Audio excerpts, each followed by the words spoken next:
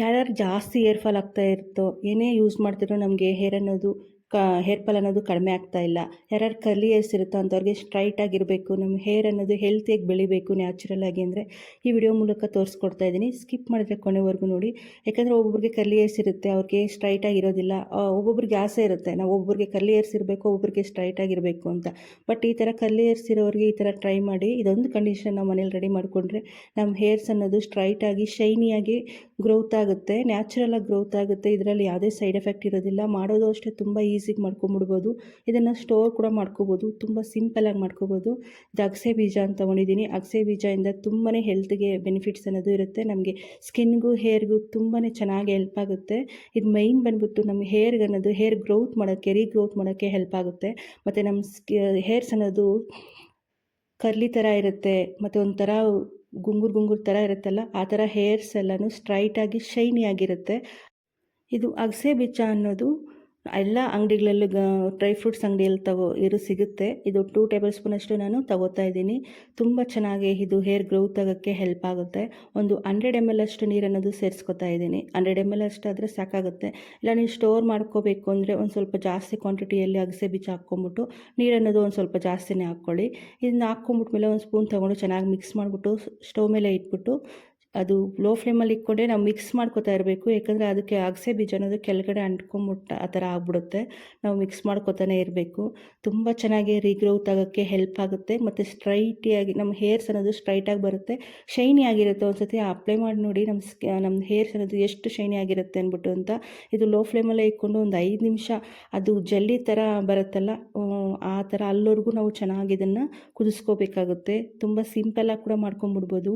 ಒಬ್ಬೊಬ್ಬರಿಗೆ ಅಗಸೆ ಬೀಜದಿಂದ ಕಾಲು ನೋವು ಜಾಸ್ತಿ, ಮೊಣಕಾಲು ನೋವು ಜಾಸ್ತಿ ಬರ್ತಾ ಇರುತ್ತೆ. ಅಂಥವ್ರಿಗಾದರೆ ಇದನ್ನು ಹುರಿದುಬಿಟ್ಟು ನೈಟ್ ಟೈಮಲ್ಲಿ ಒಂದು ಲೋಟ ಅಷ್ಟು ಉಗುರು ಬೆಚ್ಚ ನೀರಲ್ಲಿ ಅದನ್ನು 1 ಟೇಬಲ್ ಸ್ಪೂನ್ ಅಷ್ಟು ಹಾಕಿ ಕುಡಿಯೋದ್ರಿಂದ ನಮ್ಮ ಕಾಲು ನೋವು ಕೂಡ ಕಡಿಮೆ ಆಗುತ್ತೆ. ಮತ್ತು ಇಂಟರ್ನಲ್ಲಿ ನಾವು ತಗೊಳ್ಳೋದ್ರಿಂದ ಅದು ನಮ್ಗೆ ಹೇರ್ ಕೂಡ ತುಂಬ ಚೆನ್ನಾಗಿ ಸ್ಕಿನ್ಗೆ, ಹೇರ್ಗೆ ಎಲ್ಲ ತುಂಬ ಚೆನ್ನಾಗಿ ಹೆಲ್ಪ್ ಆಗುತ್ತೆ. ಒಂದು ಸತಿ ಟ್ರೈ ಮಾಡಿ.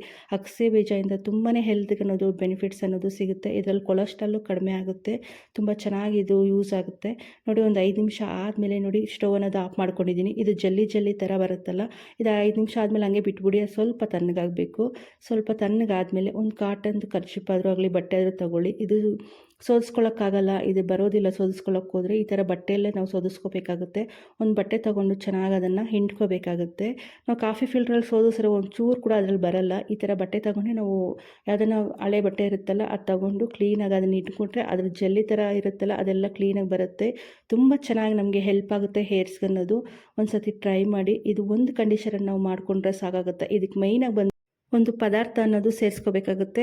ಅದರಿಂದಲೇ ನಮಗೆ ಹೇರ್ಸ್ ಅನ್ನೋದು ರೀಗ್ರೋತ್ ಆಗೋಕ್ಕೆ ಹೆಲ್ಪ್ ಆಗುತ್ತೆ. ನೋಡಿ, ಈ ಥರ ಕರ್ಚಿಪ್ ತೊಗೊಂಡು ಕ್ಲೀನಾಗಿ ಈ ಥರ ನಾವು ಹಿಂಡ್ಕೊಳ್ಳೋದ್ರಿಂದ ನೀಟಾಗಿ ಆ ಜೆಲ್ಲಿ ಅನ್ನೋದು ಬಂದುಬಿಡುತ್ತೆ. ನಾವು ಕಾಫಿ ಫಿಲ್ಟ್ರಲ್ಲಿ ಒಂದು ಸ್ವಲ್ಪನೂ ಸೋಸ್ಕೊಳ್ಳೋಕ್ಕಾಗಲ್ಲ ನಮ್ಮ ಕೈಯಲ್ಲಿ. ಈ ಥರ ಬಟ್ಟೆ ತೊಗೊಂಡೆ ನಾವು ಇದು ಮಾಡ್ಕೋಬೇಕು. ತುಂಬ ಚೆನ್ನಾಗಿದೆ, ಹೆಲ್ಪ್ ಆಗುತ್ತೆ. ಇದೆಲ್ಲ ನೀಟಾಗಿ ಹಿಂಡ್ಕೊಂಡ್ಬಿಡ್ಬೇಕು. ಹಿಂಡ್ಕೊಂಡ್ಬಿಟ್ಮೇಲೆ ಇದಕ್ಕೆ ಮೈನಾಗಿ ಬಂದುಬಿಟ್ಟು ಒಂದು ಪದಾರ್ಥನ ಸೇರಿಸ್ಕೋಬೇಕು. ಅದರಿಂದ ತುಂಬ ಚೆನ್ನಾಗಿ ನಮಗೆ ಹೇರ್ಸ್ ಅನ್ನೋದು ಚೆನ್ನಾಗಿ ರೀಗ್ರೋತ್ ಆಗೋಕ್ಕೆ ಹೆಲ್ಪ್ ಆಗುತ್ತೆ. ನೋಡಿ, ಜಲ್ಲಿ ಥರ ಎಷ್ಟು ಚೆನ್ನಾಗೈತೆ ಅಂದ್ಬಿಟ್ಟು ಅಂತ. ತುಂಬಾ ಬೆನಿಫಿಟ್ಸ್ ಅನ್ನೋದು ಸಿಗುತ್ತೆ ಇದರಲ್ಲಿ. ಚೆನ್ನಾಗಿ ಒಂದು ಸತಿ ಮಿಕ್ಸ್ ಮಾಡ್ಕೊಂಬಿಡಿ. ಯಾಕಂದರೆ ಅದು ಜಲ್ಲಿ ಥರ ಫುಲ್ ಗಡ್ಡೆ ಥರ ಇದ್ಬಿಟ್ಟಿರುತ್ತೆ. ನಾವು ಹಿಂಡ್ಕೊಂಡ್ಮೇಲೆ ಅದು ಚೆನ್ನಾಗಿ ಮಿಕ್ಸ್ ಮಾಡ್ಕೋಬೇಕು ಅದಕ್ಕೆ.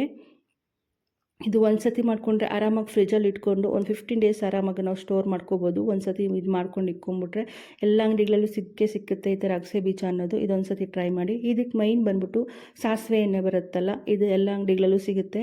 ಸಾಸಿವೆನ ತೊಗೊಂಡು ಇದಕ್ಕೆ ಒಂದು 4 to 5 ಡ್ರಾಪ್ಸ್ ಅಷ್ಟು ಸೇರಿಸ್ಕೋಬೇಕು. ಜಾಸ್ತಿ ಏನು ಬೇಕಾಗಿಲ್ಲ. ಯಾಕೆಂದರೆ ನಾವು ಇದನ್ನು ಆಯಿಲ್ ಥರ ಅಪ್ಲೈ ಮಾಡ್ತಾ ಇಲ್ಲ, ಕಂಡೀಷನರ್ ಥರ ಇದನ್ನು ಅಪ್ಲೈ ಮಾಡ್ತಾ ಇರೋದು.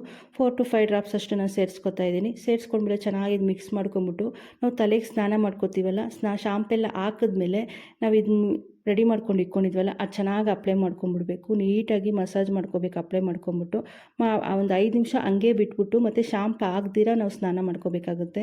ಈ ಥರ ಮಾಡೋದ್ರಿಂದ ನಮ್ಮ ಹೇರ್ಸ್ ಅನ್ನೋದು ತುಂಬ ಚೆನ್ನಾಗಿ ಶೈನಿ ಆಗಿರುತ್ತೆ. ಮತ್ತು ರೀಗ್ರೋತ್ ಆಗೋಕ್ಕೆ ಕೂಡ ಹೆಲ್ಪ್ ಆಗುತ್ತೆ. ಇದು ಕಂಡೀಷನರ್ ಥರ ತುಂಬ ಚೆನ್ನಾಗಿ ಹೆಲ್ಪ್ ಆಗುತ್ತೆ. ಒಂದು ಸತಿ ಟ್ರೈ ಮಾಡಿ. ಬಟ್ ಕಂಪಲ್ಸರಿ ಸಾಸಿವೆ ಎಣ್ಣೆ ಅನ್ನೋದು ನಾವು ಸೇರಿಸಲೇಬೇಕು. ಈ ಆಯಿಲ್ ಅನ್ನೋದು ಎಲ್ಲ ಅಂಗಡಿಗಳಲ್ಲೂ ಸಿಕ್ಕೇ ಸಿಗುತ್ತೆ. ಒಂದು ಸತಿ ಟ್ರೈ ಮಾಡಿ. ನೋಡಿ, ಈ ಜೆಲ್ಲಿ ಅನ್ನೋದು ರೆಡಿ ಆಗೈತೆ. ನಾವು ಎಣ್ಣೆ ನಾವು ಸ್ಟೋರ್ ಮಾಡಬೇಕು ಅಂದರೆ ಎಣ್ಣೆ ಅನ್ನೋದು ಹಾಕ್ಕೋಬೇಡಿ. ನಾವು ಯಾವಾಗ ಅಪ್ಲೈ ಮಾಡ್ಕೋತೀವೋ ಆವಾಗ ಮಾತ್ರ ಹಾಕ್ಕೊಳ್ಳಿ. ಆವಾಗ ನಮಗೆ ರಿಸಲ್ಟ್ ಅನ್ನೋದು ತುಂಬ ಚೆನ್ನಾಗಿ ಸಿಗುತ್ತೆ. ಈ ವಿಡಿಯೋ ನಿಮ್ಗೇನಾದರೂ ಸ್ವಲ್ಪ ಆದರೂ ಇಷ್ಟ ಆಗಿದ್ದರೆ ನಿಮ್ಮ ಫ್ಯಾಮಿಲಿ ಮೆಂಬರ್ಸ್ಗೆ, ನಿಮ್ಮ ಫ್ರೆಂಡ್ಸ್ಗೆ ಶೇರ್ ಮಾಡಿ. ಹಂಗೆ ಯಾರಾದರೂ ಫಸ್ಟ್ ಟೈಮ್ ನನ್ನ ಚಾನಲ್ ನೋಡ್ತಿದ್ರೆ ಪ್ಲೀಸ್ ಸಬ್ಸ್ಕ್ರೈಬ್ ಮಾಡ್ಕೊಳ್ಳಿ. ನೋಡಿ, ಇದು ಜೆಲ್ ಅನ್ನೋದು ಸ್ನಾನ ಮಾಡ್ಕೊಂಡ್ಮೇಲೆ ನಾವು ಅಪ್ಲೈ ಮಾಡ್ಕೋಬೇಕಾಗುತ್ತೆ. ಒಂದು 5 ನಿಮಿಷ ಹಂಗೆ ಬಿಟ್ಬಿಡಬೇಕು. 5 ನಿಮಿಷ ಬಿಟ್ಟ ಮೇಲೆ ಮತ್ತೆ ಶಾಂಪು ಏನೂ ಹಾಕಬಾರ್ದು. ಸೇಮ್ ನಾವು ಕಂಡೀಷನರ್ ಯಾವ ಥರ ಯೂಸ್